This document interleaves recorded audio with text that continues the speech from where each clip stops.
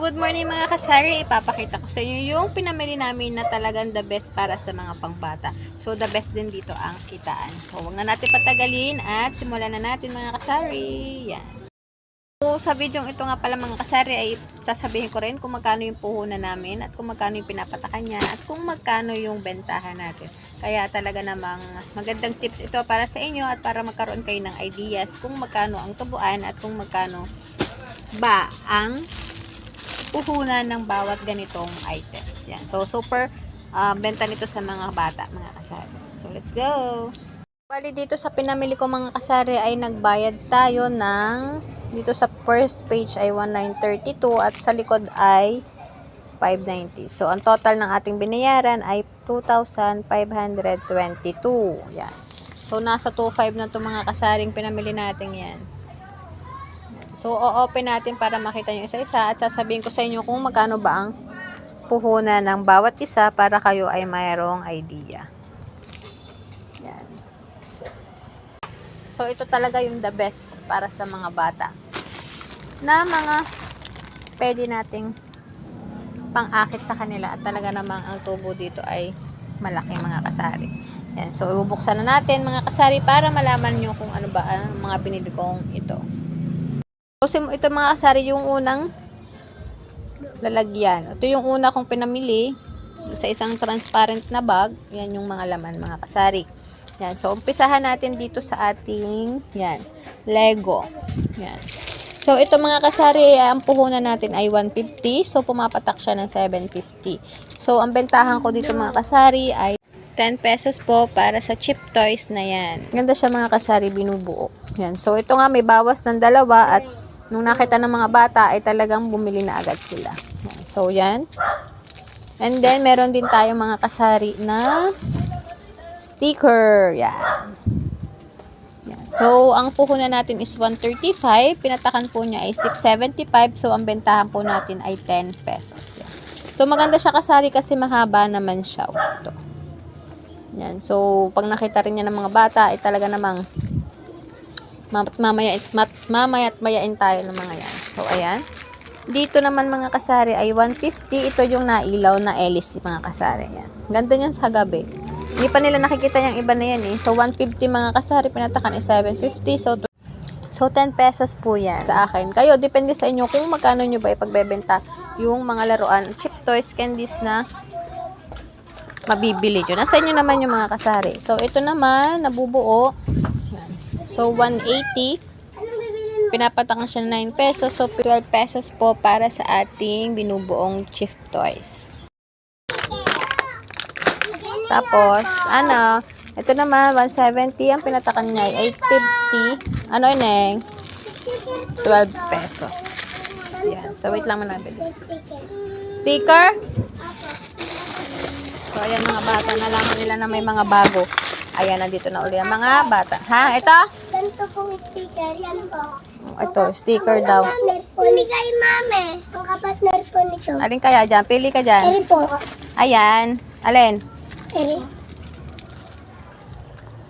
Ilang ka bibilhin mo, be? Ito pala yung akin. Diyan, nasa baba. Ito po. Bali, ikaw din bibili. Bali, dalawa. Isa. Ito sa'yo at yung sa iyong black. Sige, wait lang. Ayan mga kasari, kita nyo naman. Kita nyo naman, di ko pa na-i-display. Talagang nandito na mga bata. Diba? Wait lang. Kukunin ko lang mga kasari. So, to. Ayan. Akin na yung Ay. So, tuwang-tuwa ang mga bagets, mga kasari. Sa kanilang nabili. Sticker. Yan. So, nasa na tayo mga kasari. Dito naman sa, ang tawag dito? Yung baril-barilan na tubig ang ilalagay. Nalimutan ko mga kasari ang tawag dito. So, basta ito ay 170 ang puhunan. 850 ang pinapatakan. So, ito bebenta ko mga kasari ng 12 pesos. Yan. So, talagang basta may ganito kayo, naku, mga bata talaga, mayain kayo. Ito naman mga slime, mga kasari ay 95. So, pumapatak siya ng 475. Pang 8 pesos po yan, mga kasari. So, meron din tayong play. 80.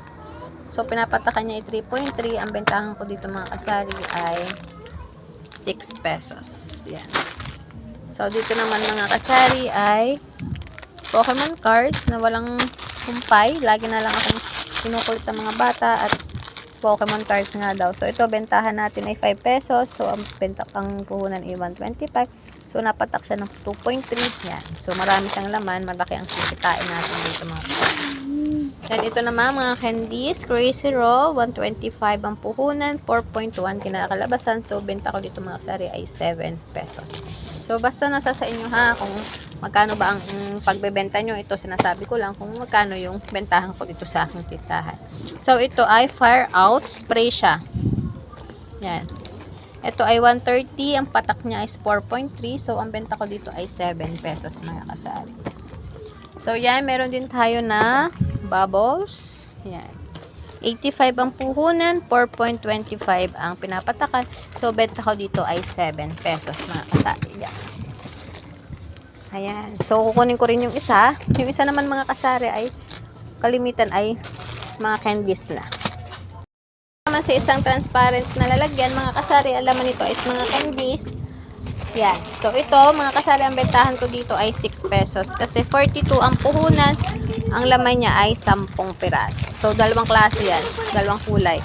Pink and green. Yan.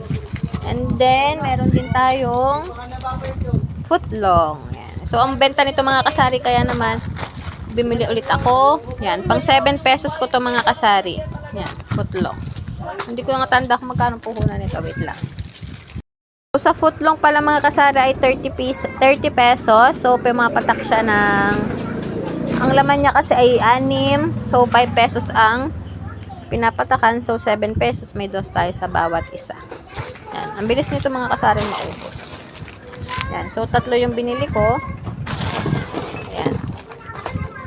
And then, meron din tayong ito. Cola. Ito yung kasari yung dati ko na vlog. So, dati grape and strawberry. So, bago namang bagong flavor. Cola naman ang ating binili. Yan. So, bentahan ko nito ay 6 pesos mga kasari. Ang kanyang puhunan ay hanapin natin dito. So, ang kanyang mga kasari, ang puhunan natin ay 130. Mas mura sa City Mart mga kasari ito. Kaso, hindi naman ako makakapunta ng City Mart. Kaya, okay lang naman kasi ang pinapatakan niya is 4.3. Yan. So, mga ganon. So, ito, pinagbebenta ko ng 6 pesos. So, malaki pa rin naman ang ating tutubuin dyan.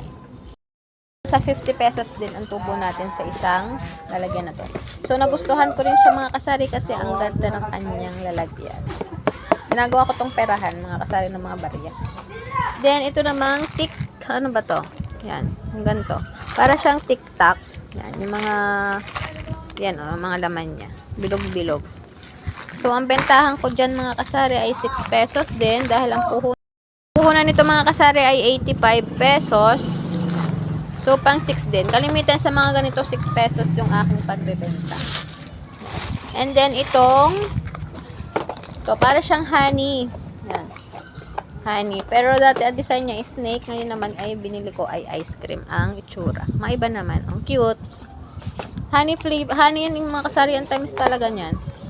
So, ang bentahan ko rin po niyan ay 6 pesos mga kasari. Itong Ice Baby. Yan. Ice Baby mga kasari ay 125 ang puhunan. So, ang ganda din ng kanyang lagayan. Pwede nating lagyan ng kung ano-ano, mga bubot. Yan. So, meron din tayo dito na ito. Beans. Bunny beans. So, anong tawag dito? Kalimutan ko eh. So, ang puhunan nito mga kasara ay 5 pesos. So, benta ko dito ay 7 pesos. So, bumili ako nito ng 10 pieces. 10 pieces itong mga ganito kong binili kasara. Ano yun? 10 pieces. Nakayusin mo. Tatong isot mo to. Yan, 10 pesos. And then, itong Cool Ace, yan. 5 piso ay 3. Yan, napakabenta nito mga kasari sa akin. Powder drink siya. Ito, watermelon, strawberry, At may isa pa akong binili dito. Ano bang flavor yun? Ito, grapes. Yan. So, magkano nga ba yan? Full Ace ay, ang Full Ace, ang puhunan ay 20 pesos mga kasari. 20 pesos per pack. Yan. So, meron din tayong binili na ito, favorite ng mga batang cotton candy. Yan. So, tatlong klase yung binili natin. Cola, grapes. So, ang benta ko dito ay 7 pesos.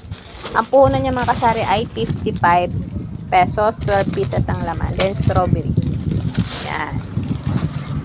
And then, meron din po akong binili na gum-gum. Yan.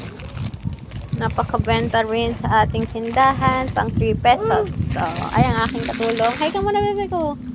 So, hi. Tingin ka dito. Hi. And then, ito yung grapes kanina. And then, mga kasari, meron din akong frutos. Yan. Pang 5 pesos po ang bentahan ko niyan. So, ang bili po natin is 20 pesos. Yan. Naklagi dyan, patungi. Oh. Aking katulong. And then, dragon seed.